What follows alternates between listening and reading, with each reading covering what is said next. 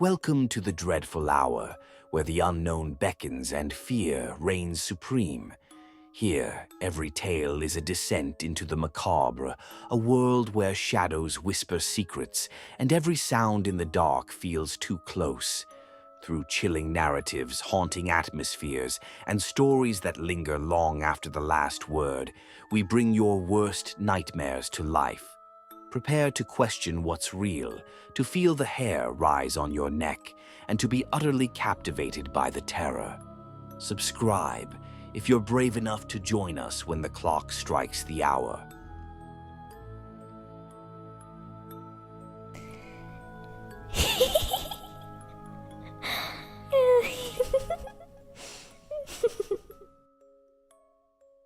This happened around 1998/99, back when you could still get demo discs from official PlayStation magazine. Me and my friend were in my room and just going through the demos. Well, one of them was the terrible-looking Rugrats PS1 game, so we decided to play it. As soon as it starts, the sound is messed up. It was very low, and if you turned it up, then all you could hear was the sound of the speakers, and everything was muffled, so we turned the volume back down and started playing. A few random parts of the demo did have sound, random sound effects, or a piece of music would play for just a second, and we would jump. But we mostly just thought something was wrong with the demo, or my super old tube TV was about to die. My mom then called us, and we both had to go to the other side of the house for maybe 2 to 3 minutes. When we got back, the TV was off, and I knew it had just burnt up. But then my friend noticed that it was unplugged. There was no one else in the house except my sister, but she was with my mom the whole time, and we both found it freaky that the TV had somehow become unplugged while we were gone, since it was under a desk that was beside my TV stand and well out of the way. Once we plugged it back in, we noticed the PlayStation was also off, but not unplugged. We powered it back on, and the sound worked just fine.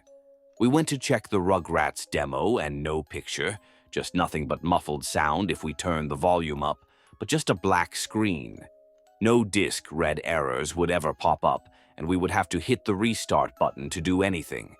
It may not be creepy to others, but it has bothered me for years as to what happened when we left the room.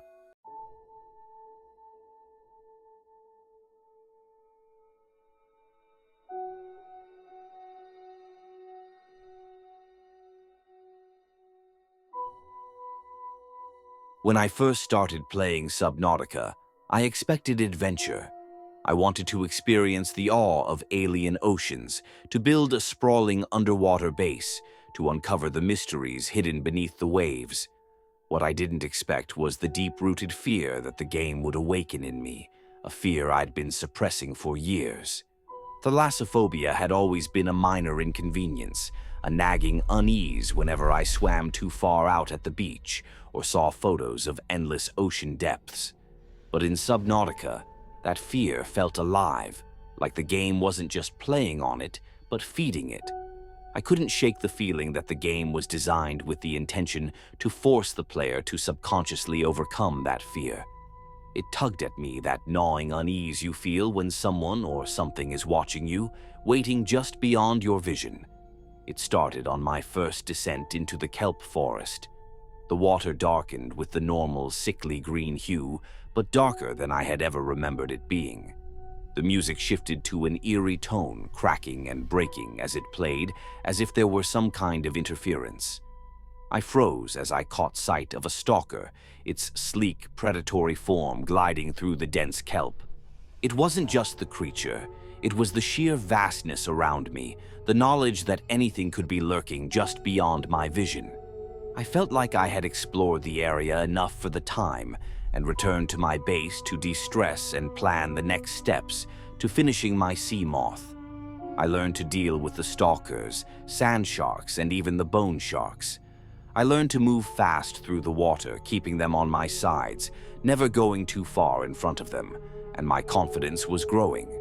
But as I ventured further into the blood-red waters of the blood kelp zone and the barren depths of the dunes, the unease grew into something far worse.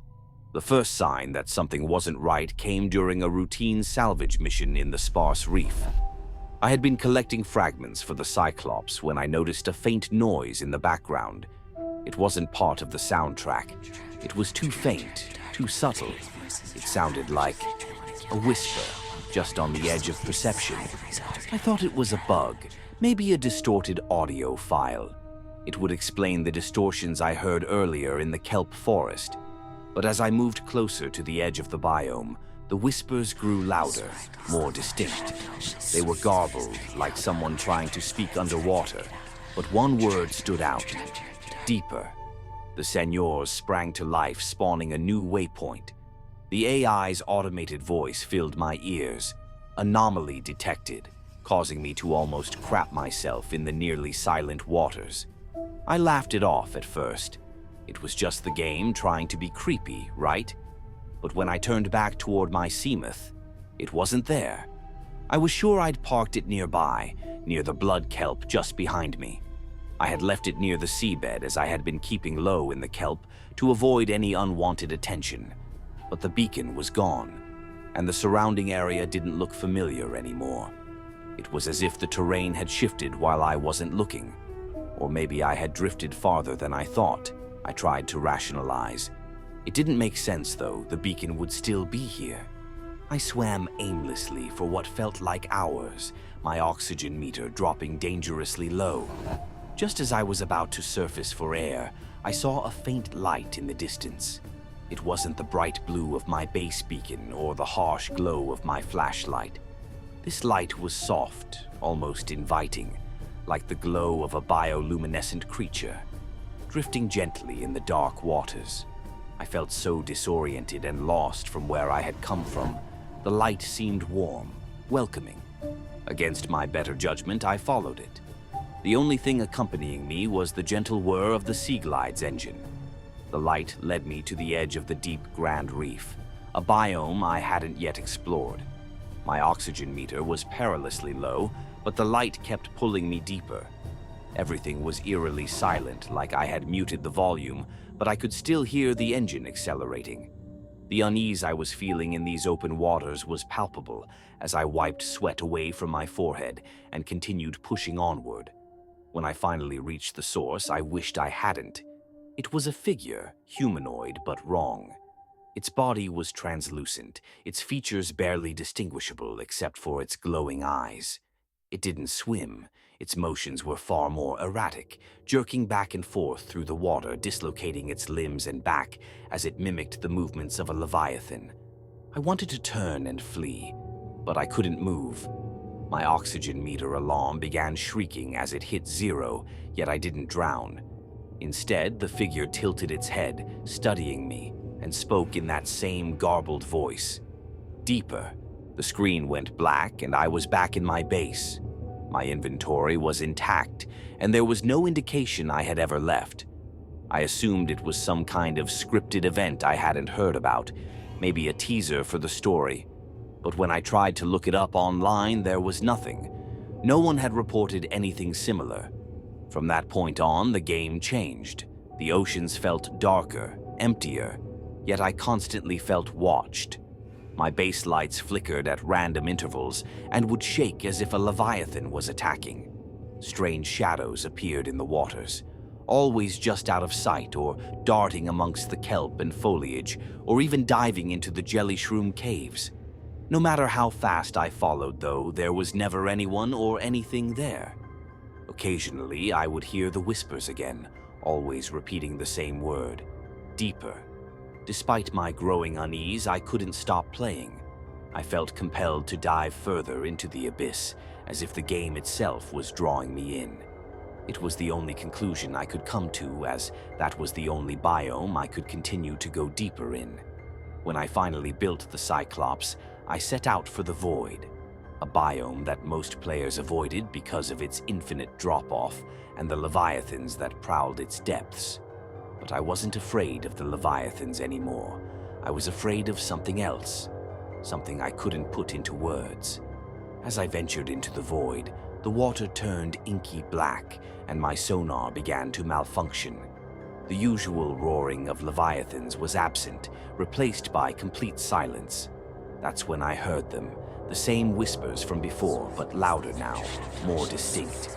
Deeper, deeper, come to us. The Cyclops shut down entirely, leaving me in pitch darkness. The fear inside was telling me to turn back, but I couldn't wimp out now. I had come so far, and something inside me needed to know what this was. I switched to my prawn suit and descended into the abyss. My depth meter ticked higher than I thought possible, past 1,500 meters, past 2,000 meters. The pressure gauge should have shattered the suit, but it didn't. Instead, the HUD glitched, displaying a series of symbols replacing the numbers as they flicked through a series of characters I couldn't decipher. Finally, I hit the bottom. The seafloor was barren, stretching outwards in all directions, except for a massive circular structure that pulsed with a faint, sickly green light. As I approached, my prawn suit froze, and the whispers stopped. The same translucent light I had seen before glittered around in the abyss, followed by another and another, each one approaching me erratically from all sides. Dozens, maybe hundreds, all darting silently towards me. They surrounded me, their empty eyes reflecting the only blackness back at me. This time, when they spoke, it wasn't a whisper but a deafening roar that filled my headphones and seemed to vibrate through my entire body. You were never alone. The screen went black, and my computer crashed. A loud crash echoed from my kitchen as if a glass had shattered. I ran downstairs to check, and one of the windows had shattered as water rushed in. I quickly scouted the windows, the door frames, and every exit on the first floor, frantically panting quick, airless breaths. I grabbed the receiver to my phone and called the police. Static filled the other line, racking and hissing at me. As I ran upstairs to survey the area from the second floor, I could see the endless oceans from the game, sprawling endlessly before me. It was very different, though. A dark storm was brewing outside, and hectic thrashing waves beat against the walls of my house. I swear that I could see shadows just beyond my vision, dark figures swimming around in the distance. I glanced at the monitor of the computer. One of those things swam there on the screen in the distance, distorting its limbs and swimming closer. As it came, the monitor began to emit sounds of interference. I glanced to the window as I heard the sounds of splintering wood and the creaking foundations as the house began to tilt. My heart felt like it was going to burst from my chest in that moment. I looked back at the screen. In the static buzz, the creature was gone, but the static grew louder. With no time to think, ran back into my hallway to the stairs. The water had already reached halfway to the second story. I opened the window and climbed outside onto the roof. The house was slowly sinking. The whisper of that thing called out to me again, deeper. I began to hyperventilate as the house sank beneath the waves, leaving me stranded at sea. The waves smashing against me and carrying further out. I kicked for hours, desperately trying to keep my head above water. Every now and then, unseen things would pass by me in the water, touching my feet and legs as they flailed beneath me. My sight began to grow dim, and my exhausted limbs could no longer struggle. I felt myself sinking below the waters, and I had no will to fight back. Just as my head slipped below the surface, I awoke. The computer was on, glowing brightly in the dark. The game was gone without a trace. No matter where I looked, there was no data, no save files, no screenshots or shortcuts. It had just vanished. The whispers didn't stop, though. I hear them now, even when I'm far from the computer, especially when I'm near water. Sometimes at night, I can hear the waves at my window again. And every time I wake up gasping for air, but I think next time I might listen. Maybe it's the only way to get them to stop. Maybe I just have to go deeper.